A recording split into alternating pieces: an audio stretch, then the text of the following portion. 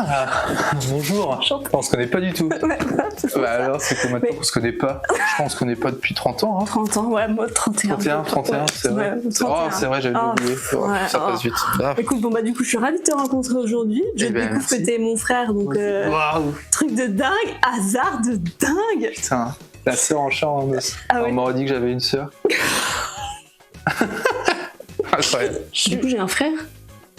Il est là devant toi. Et il vient de quoi? De produire son premier album. Non. Je te jure. T'as un frère qui a sorti un album.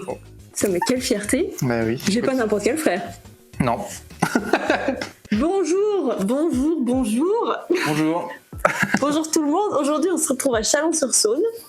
Et plus précisément dans la cabane enchantée de Pouvoir Magique alias Clément Vincent.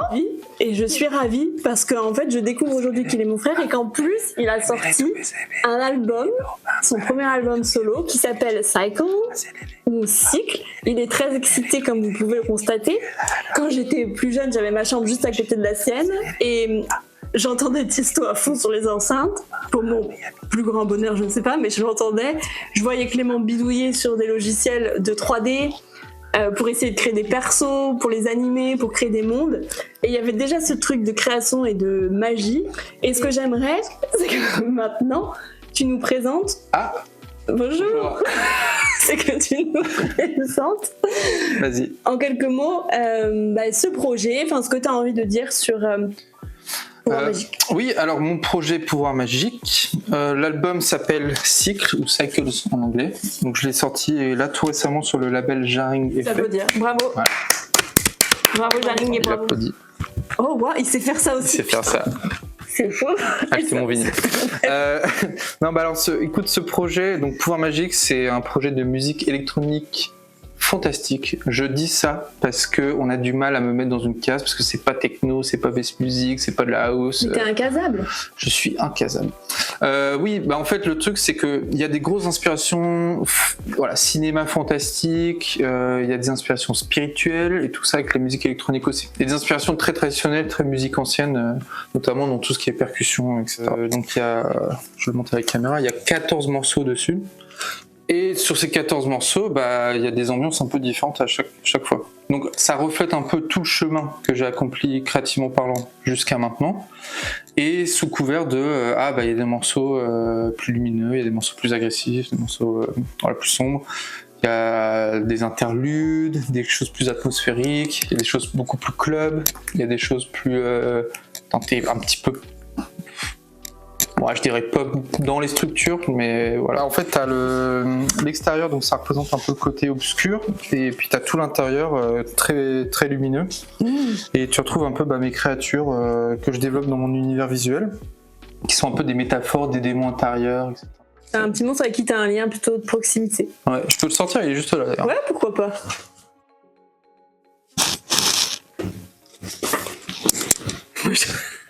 C'est hilarant. Bonjour, tu me vois?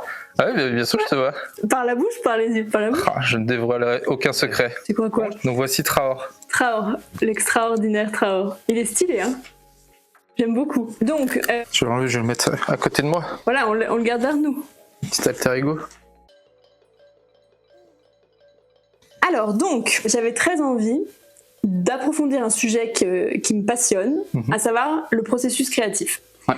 Et toi, c'est trop intéressant pour moi de comprendre comment t'es parti d'une envie, d'une idée, d'un album, jusqu'à un album que je peux tenir entre mes mains aujourd'hui. Et comment c'est venu, cette idée ou cette envie, parce que peut-être que ça part plutôt d'un désir de création que d'une idée comme ça. Est-ce que tu peux nous dire un peu? Alors je pense déjà en tant qu'artiste, quand tu produis de la musique, c'est un peu un premier goal d'avoir peut-être un jour son album. Okay. C'est quand même un bel objet. Moi, je voulais absolument arriver, comme je développe l'univers visuel et musical, je voulais absolument pouvoir tenir un jour un vinyle dans mes mains qui reflète l'univers visuel que je développe. T'as plein de fantasmes créatifs, plein d'ambitions, mais le temps que ça se resserre, que tu trouves vraiment ton chemin, ta patte, ça prend quand même du temps. Ça fait un peu comme un entonnoir. Tu fais à la fois la production de la musique et la réalisation de clips. Tu mets vraiment une création 360 de A à Z. Ouais, exactement. Là, le chemin, comment j'ai conçu l'album, donc qui est calqué sur les histoires des héros, donc et les histoires mythologiques. Donc le héros doit aller affronter ses parts sombres pour revenir vers la lumière. Donc ça a été le fil rouge de cet album, et c'est bien parce que ça permettait de... En fait, chaque track, c'est comme un nouveau niveau, comme dans un jeu vidéo. Tu vois, le héros, il progresse et il explore des nouvelles couches intérieures, du coup. Oui, exactement. Okay. Toi, concrètement, en tant que personne, qu'est-ce que ça t'a permis d'explorer et qu'est-ce que t'en ressors, tu vois? Ouais. En fait, au début, l'album, il était... Pour moi, il était pratiquement fini, mais il y avait un truc, c'était très mignon tout le temps, quoi. C'était un peu trop lisse, et j'allais pas vraiment au bout des choses, donc je sais pas, j'avais ce truc inconscient dans ma tête en mode faut que ça plaise un peu à tout le monde, dont mes parents, etc. Et en fait, je me suis dit, mais ça me ressemble pas vraiment, parce que j'adore les morceaux un peu bang bang. Ouais, un peu banger, qui sont là sur les gros sound systems, où ça booste ton sorte d'agressivité intérieure, tu sais, qui fait écho avec toi, et je sais pas, t'as envie d'en découdre un peu comme sur un champ de bataille face au son, quoi. Ouais. Et donc je voulais trop trouver ça, aussi retrouver ça dans mon album, quoi.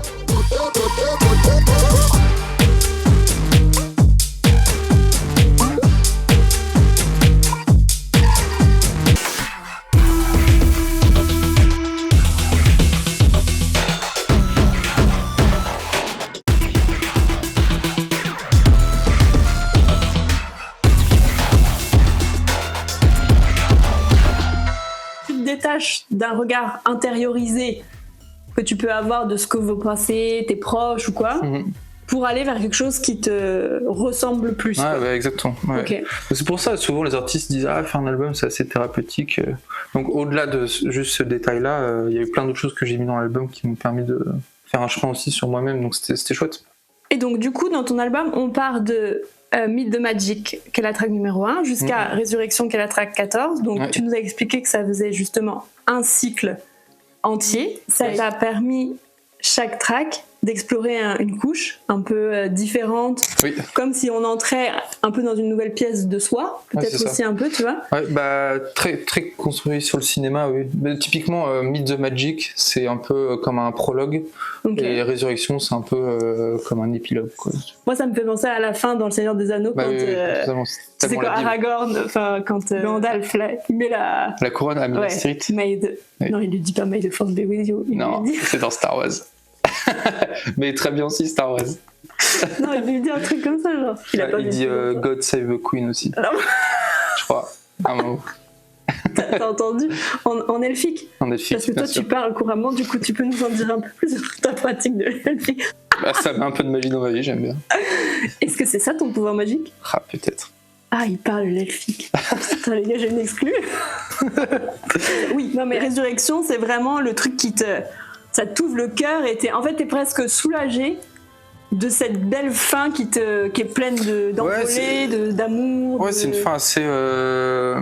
c'est lyrique, quoi, je sais pas comment le dire. Ouais, il y a un côté très nostalgique aussi, il y a un côté très solennel dans le morceau, c'est pas forcément full happy, lumineuse. Non, c'est vrai, il y a un mélange. Ça tend vers ça, vers la toute fin du morceau, mais il y a un mélange d'émotions.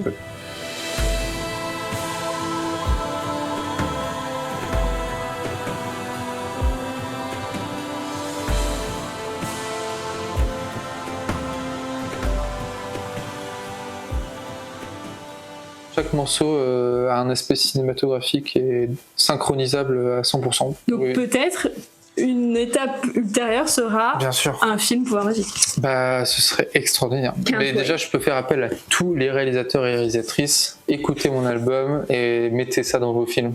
Voilà. Votre image, elle va prendre... Ça va devenir non, mais c'est vrai, succulent.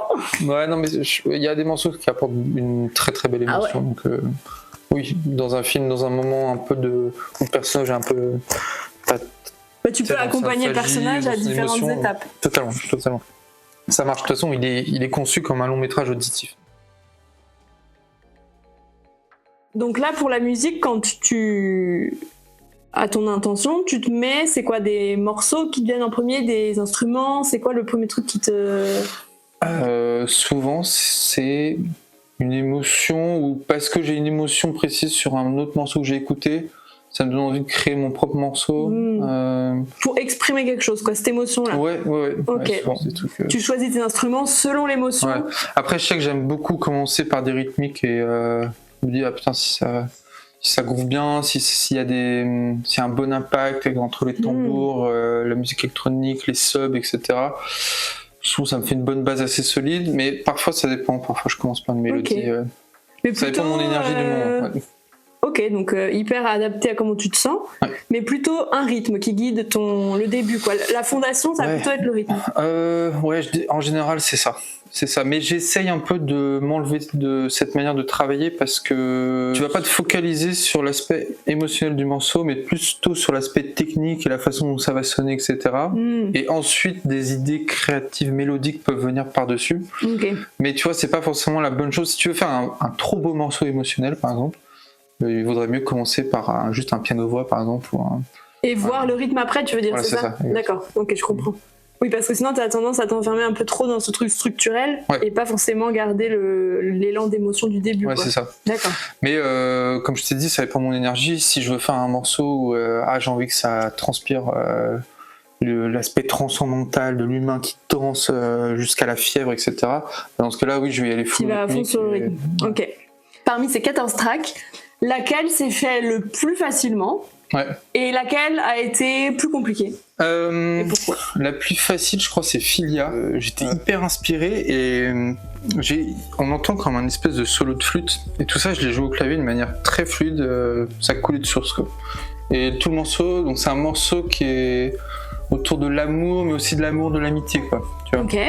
Et dedans, on entend un petit enfant qui s'appelle Abel, qui est le fruit de l'amour de deux très bons amis, Laurie et Isma. C'est un ou juste, par contre, c'était plus compliqué, peut-être? Il y a deux morceaux, Dusper di Cerma et Give Me Your Power, qui ont été durs à finaliser, à bien structurer, etc.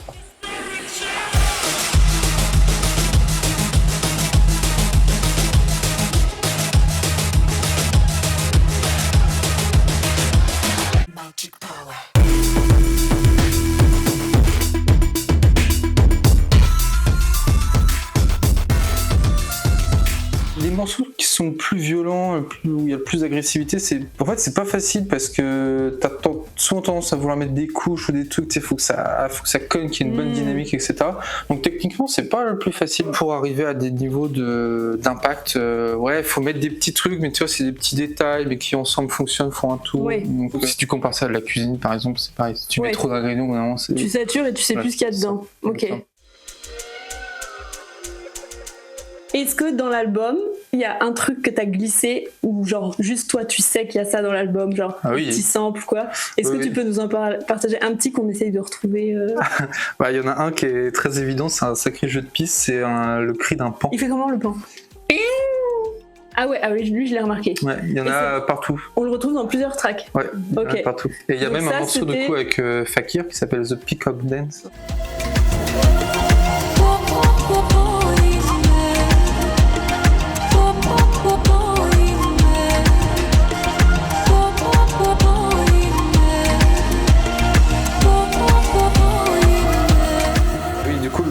Le paon, c'était devenu un peu un animal totem qui m'a un peu accompagné dans la création de l'album. Donc j'ai mis des petits cris un peu partout. Tu t'es fait ton petit kiff en fait, c'est un animal de la communication et en fait tous ces motifs sur ses plumes, c'est considéré un peu comme des troisièmes œil quoi. Donc, en fait, il a des centaines de. Il voit bien. Voilà.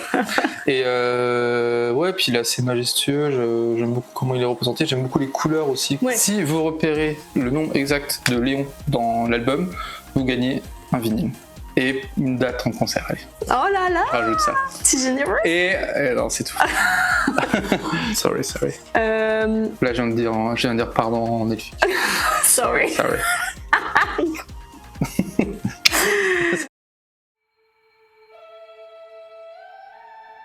Donc on a dit que tu crées aussi tes clips, donc tu produis et tu réalises, on dit.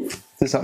Et par exemple, quand tu as l'envie de créer un clip, par quoi tu commences? C'est quoi les premières étapes? Tu vois, j'ai fait une école de cinéma, mais je l'ai fait dans une formation image, parce que construire une image, c'est ce qui m'intéressait le plus. Effectivement, quand je compose de la musique, j'ai très vite des images en tête. Et après, si je sens que le morceau vaut le coup, je me dis, ok, bon, ça serait trop bien de clipper celui-là. En général, quand je le sens bien, c'est que je vais y penser tous les jours, avant de me coucher, au réveil, je vais tout le temps avoir des idées.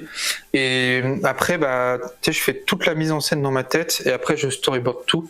Okay. Et ensuite, je vais chercher un peu des équipes autour de moi pour m'entourer.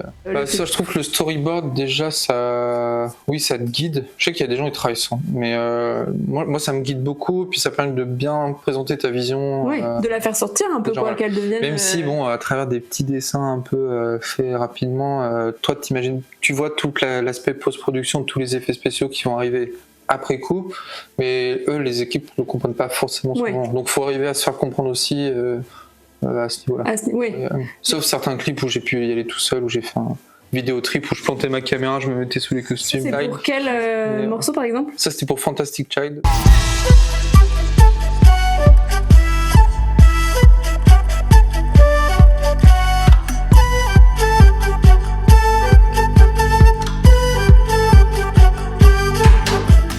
C'est toi qui gères la partie des effets spéciaux. Oui, tu vois, parfois j'ai une idée de ce que je voudrais avoir, mais au moment de la post-prod, je peux rencontrer certaines difficultés. Du coup, je vais partir sur d'autres solutions, mais qui sont très bien aussi. Et typiquement dans Magic Melody, au début, je suis sur un cheval et il y a une lumière qui arrive au-dessus de moi. Donc à la base, ça devait être une météorite ultra réaliste, etc. Et je m'étais dit, bah super, ça va me challenger en 3D, en particules, etc. J'atteignais des résultats cool, mais c'était pas très très réaliste. C'était pas du niveau hollywoodien que j'avais dans ma tête. Ouais, parce que toi, t'as un gros budget dans ta tête. Un gros budget dans ma tête, ça, attention. Tu te dis, ah ouais, non, ça marche pas, t'essayes, ça marche pas, tu perds 2-3 semaines comme ça, essayer. Et après, en fait, tu trouves une solution toute bête où, en fait, tu vas symboliser ce que tu voulais dire, en fait. Donc, moi, je voulais que ce soit, une forme de lumière qui arrive. Oui. T'as trouvé une alternative qui te permet d'être satisfait du rendu. Et juste une trace blanche et un peu comète et qui m'a pris 2 secondes à faire. Et on comprend l'intention, nous, en tant que spectateurs. On comprend l'intention et ça marche très bien dans le storytelling. Ce qui peut être une contrainte peut aussi t'aider à trouver des solutions créatives. Ouais, c'est ça. Mais même des gars comme James Cameron sur Terminator, un des premiers films, qui est un gros carton mondial. Bon, pour un film, c'était un petit budget, ils avaient 3-4 millions, je crois. Et ils ont trouvé plein de solutions créatives comme ça. Typiquement, la nuit, ils allaient tourner sur un parking parce qu'il y avait déjà de l'éclairage public. Donc ça t'enlève un coût énorme de ramener des lumières, de machin. Est-ce que toi, dans la réalisation de tes clips ou dans la création de cet album, il y a eu des accidents heureux ou des ratés qui se sont finalement transformés en quelque chose de plus cool après coup, que tu n'avais pas imaginé? Sur Magic Melody, là où je fais la rencontre des créatures, donc on devait aller tourner dans le Jura, et en fait, le week-end où on doit tourner, mauvais temps, horrible, etc. Donc on dit obligé d'annuler, on est obligé de reporter. Ça c'est toujours très stressant parce que chaque clip, je les tourne tout le temps dehors, et tu es obligé de faire avec les éléments, et quand tu prévois que tu bookes des gens sur un temps donné, t'es là, putain, c'est chiant, faut tout refaire, quoi. Donc t'es un peu abattu, mais parfois la vie te le rend bien parce que 2 semaines plus tard, j'arrive à reprogrammer. On va pour tourner, il se met à neiger. Et en fait, c'était parfait. Il se met à neiger, on était début avril. Ouais, c'était début avril. Ouais. Ça sert trop le propos du clip. Le cheval que j'avais était noir, donc sur le fond blanc, c'est magnifique. Et ça sert le propos du clip par rapport aux saisons, tu veux dire? Oui, c'est ça. En fait, l'hiver, c'est souvent au cinéma, c'est souvent considéré comme l'état végétatif du héros, quoi. Il est dans sa famille. Mais même pour les humains, même dans nos vies de tous les jours, l'hiver, c'est le temps un peu d'introspection, d'attente avant le printemps qui est la renaissance. Et là, on se remet. Et du coup, d'où mon personnage au début, il est dans l'hiver, dans la neige. Il a cette rencontre, cette lumière qui l'attire. Et plus il avance, plus la neige fond, on passe au printemps parce qu'il commence à attaquer cette période de renaissance. C'est un truc que tu n'aurais même pas pu imaginer dans mes désirs les plus fous. Hollywoodiens. D'avoir autant de neige. La vie t'a proposé un truc genre de fou. Ouais, c'était cool, là c'était trop bien. Ça c'est incroyable, ça c'est magique en vrai dans les processus. Je voulais un truc, une espèce d'entrée un peu épique et mettre en avant le fait que combien d'équitation, que je sais faire du cheval, etc. Que t'en avais fait dans ta jeunesse, quoi. Voilà, exactement. Et du coup, c'était un petit clin d'œil à ça. Et le fait qu'il ait neigé, c'était parfait. On va choisir un thème Et après, on va chacun écrire genre 1 ou 2 phrases sur ce thème-là. Est-ce que tu viens autour des plantes vertes? T'as un support où on prend le vinyle? Bien sûr, j'ai un super support. Tu veux que je t'en montre? Oh là là. Vous pouvez utiliser vos vinyles C'est vrai que ça sert de support. également pour jouer. A few moments later. Moi, j'aurais fait un poème, une déclaration, une ode. Ah, tu leur as parlé à elle? C'est pas mal. Tu t'es adressé à elle? Ouais. Vas-y. Apportez-moi l'oxygène de ma vie et régalez-moi la rétine à chaque fois que mes yeux se posent sur vous. Putain, c'est bien parce que moi, j'ai justement parlé de la couleur de leurs feuilles. Mais j'aime le vert de leurs feuilles, ça me rappelle les écureuils. Parce que je voulais un truc qui rime en œil, mais ça, les écureuils, c'est pas vert. Les écureuils verts, ouais. Bon, ok. Alors maintenant, on va faire une musique avec ça. Alors, style. Qu'est-ce qu'on veut mettre? Idol, banda, city pop, industrial rock, old school trash. On pourra en essayer plusieurs, je pense. Bah, peut-être City. Ou reggae, tu veux qu'on essaye reggae? Allez, en reggae, c'est bien. Ah, les plantes vertes. Apportez-moi l'oxygène sans aucune gêne. Oh Ma vie, oui, oui. Il m'en a proposé 2 différentes. Oh, les plantes vertes. J'aime le vert de vos yeux. Ça me rappelle les écureuils. Et son œil. J'aime le vert de Le truc qui a été produit en 2 secondes. rappelle les Ça me tue. Donc du coup, ce petit jeu est l'occasion de parler de l'IA Oui. dans la création. Parce que Bah, c'est un vrai sujet. Et est-ce que toi, tu as un point de vue sur ça? Pas encore. Est-ce que tu processes ce qui se passe et t'attends de voir? non, bah, en fait, je suis un petit peu comme tout le monde, c'est que l'IA, il y a un côté assez amusant, pratique, rapide, qui est même magique, quoi. Donc c'est dur de pas être tenté de l'utiliser. Oui. Après là, on connaît de plus en plus tous les impacts énergétiques que ça, donc il y a quand même un truc de conscience par rapport à ça. Je sais que j'en abuse pas, mais je sais que j'en fais un petit peu. Et typiquement, là c'est Suno, l'application que tu as. Suno, oui. Ouais, c'est ça. Mais ça là, je commence à l'utiliser, mais comme outil technique, parce que là, ça m'est arrivé de prendre un lead vocal, donc juste une chanteuse seule, Ok. et je lui demande, en fait, je lui balance l'enregistrement que j'ai fait avec ma pote chanteuse, et je lui dis, bah, fais-moi des chœurs à partir de ça. Et donc, ça va m'emmener, j'ai toute une chorale assez précise et très bien foutue que je peux mettre par-dessous mon lead Ouais. ou en réponse, tu vois, etc. Donc ça te permet d'amplifier encore ta création. Ouais, c'est ça. Là où il t'aurait fallu, où t'aurais pas pu le faire Ouais. si t'avais pas eu ça. Ouais, Ok. c'est ça. Et bah là, le morceau qu'on a sorti avec Palais Vert, Slow It Down, j'ai exactement fait ça. Warning, c'est, pour moi, c'est si t'as les moyens d'engager des gens, de bosser avec une chorale, etc., faites-le, quoi. Ouais. Après, si t'as pas les moyens, bah oui, là, c'est, parce que la plupart des gens, c'est beaucoup plus pratique, quoi. Et parce que toi, quand tu l'utilises, c'est que tu sais déjà où tu veux aller et que c'est un outil. Oui. C'est pas quelque chose Je l'utilise pas comme un résultat final. Voilà. Oui, il n'y a pas vraiment ton âme dans Non, bah non, la ouais. création, quoi. Après, si tu veux faire des musiques pour des playlists, mood, etc., Oui, ça fonctionne. tu peux très bien le faire. D'ailleurs, je crois que Spotify, là, ça commence à être connu. Ils font leur propre musique qu'ils mettent sur leur propre plateforme avec de l'IA. Ok. Et au détriment de tous les vrais artistes qui, eux, se retrouvent Ouais, jetés donc des c'est quand même un playlists. sujet, quoi. Il y a un... Ouais, il y a plein de là, il y a plein de warnings. Pour l'instant, il n'y a pas beaucoup de lois, tu vois, parce que les IA s'inspirent de plein de choses qui se passent, qui sont là publiquement. Mais bon, comment réattribuer à un Qui a auteur quoi, ce que l'IA lui a pompé, tu vois, sachant qu'elle va peut-être pomper 1/100 de sa création pour le mélanger avec 1/100 de notre création. Enfin, c'est compliqué, quoi. Je pense qu'il serait super, c'est au moins que les sons qui sont entièrement faits sous IA, qu'il y ait un espèce de label automatique qui soit étiqueté, quoi, et que Tu saches. ouais, c'est marqué sur les réseaux sociaux, un peu comme Instagram le fait avec les images, quoi. Ouais. Tu vois, genre bah, que là ce soit notifié, notifiable, et tu auras ce petit truc où tu vas peut-être privilégier les vrais artistes. Ouais. Tu vas, En tout cas, t'es tu vas faire la différence. conscient et t'es au Voilà, courant c'est ça, ouais. de Oui, c'est ça. comment ça a été créé, quoi. Après, les vrais artistes vont devenir un peu le bio, quoi, tu vois, le bio de la création. Oui, ce qui reste Certifié, relié à la sans IA, terre voilà. et sans pesticides. Voilà, exactement. Mais toi, tu Ça fais un marche petit pas peu ça aussi, par exemple, quand dans ta cuisine, tu tapes sur des casseroles et que tu dis Oui, non, tu samples.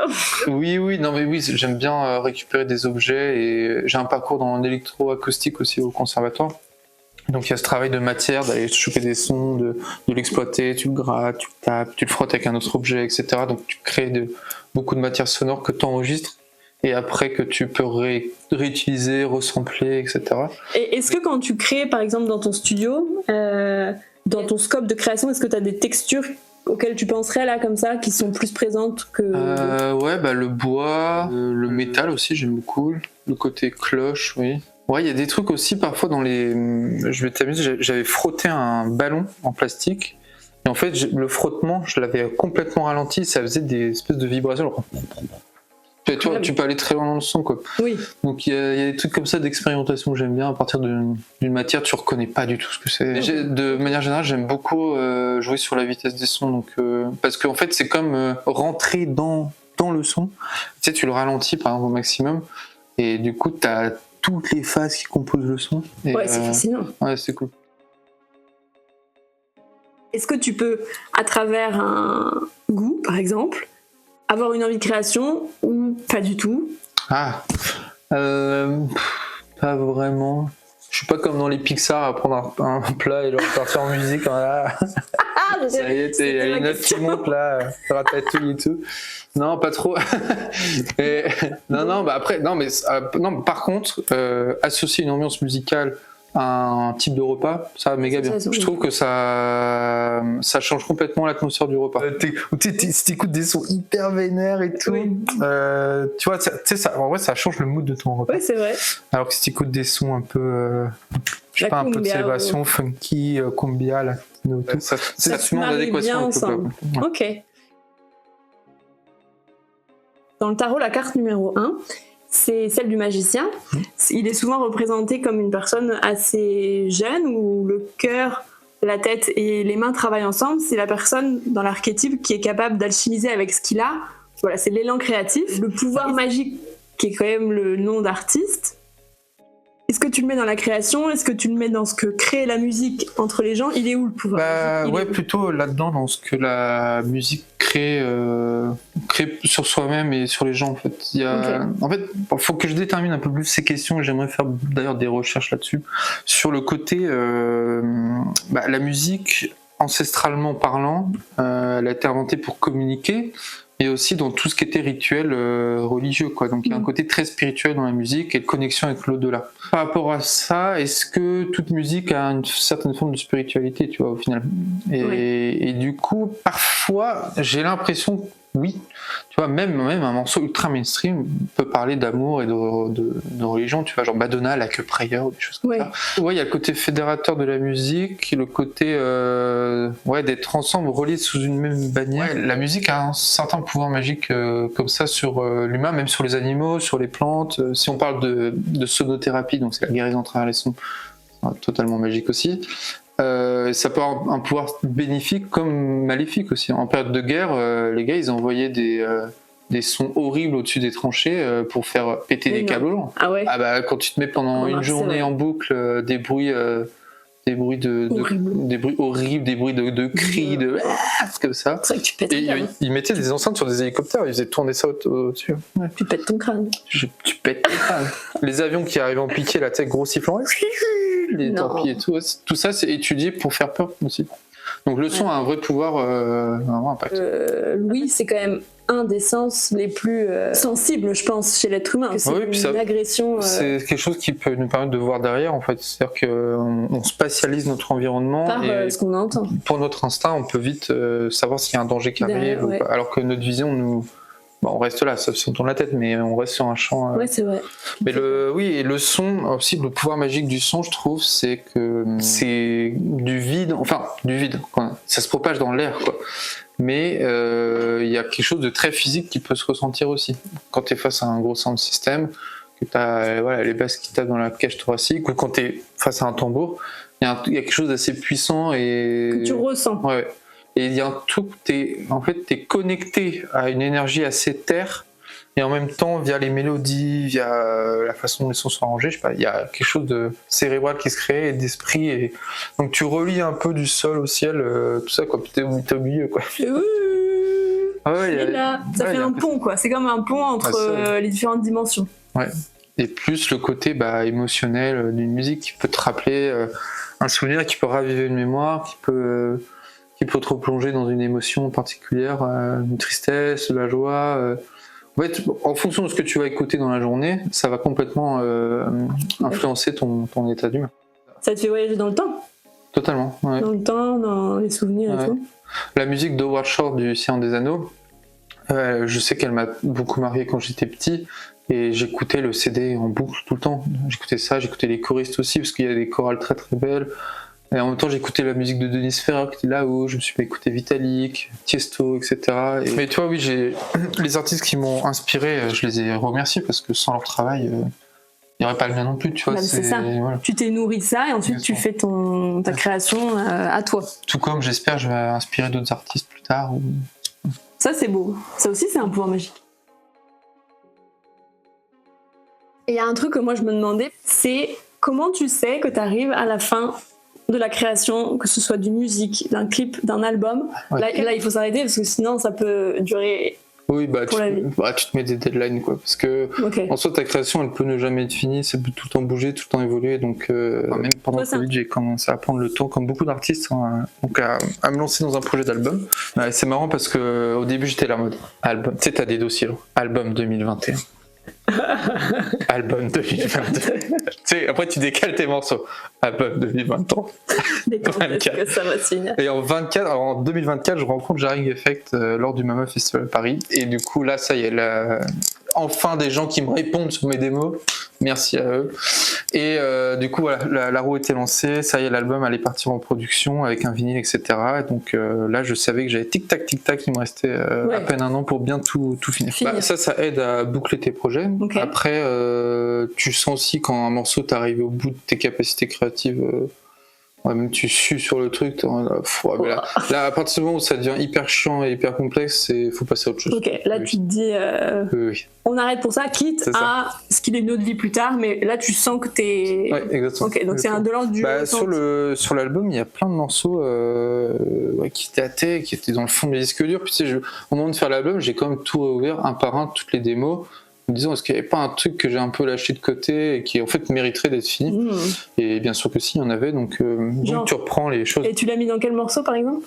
Il y a Cosmic River qui a beaucoup évolué, qui à la base n'était pas du tout comme ça, qui était beaucoup plus cliché.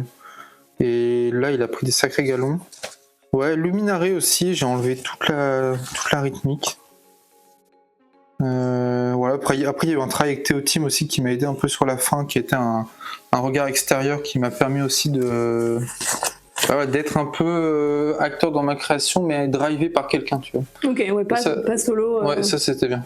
Et ça, je trouve, moi, je le conseillerais à tout le monde, c'est de prendre quelqu'un d'extérieur sur la fin de son projet et de revoir certaines choses, voir quels sont les points à améliorer, etc. Et après, il y a plein de morceaux que j'ai faits qui sont pas dans l'album au final. J'ai dû faire des choix. Voilà, donc ça, faut faire des choix. Ok. T'es un peu triste, tu fais, quand même, Je l'aimais l'aimerais bien. Ouais, mais ça fait un peu doublon avec celui-là, ça ressemble un petit peu, même si c'est pas le même morceau. Est-ce que c'est petit, machin. Pour finir, est-ce que par exemple tu pourrais, parmi les 14 titres, me donner pour les gens qui découvrent ta musique un titre s'ils ont envie de danser, un titre s'ils sont vénères et qu'ils ont envie de casser des assiettes, et un titre pour découvrir l'album, Ouais. pour rentrer dedans. Le titre pour rentrer dedans, le premier, Meet the Magic. Ok.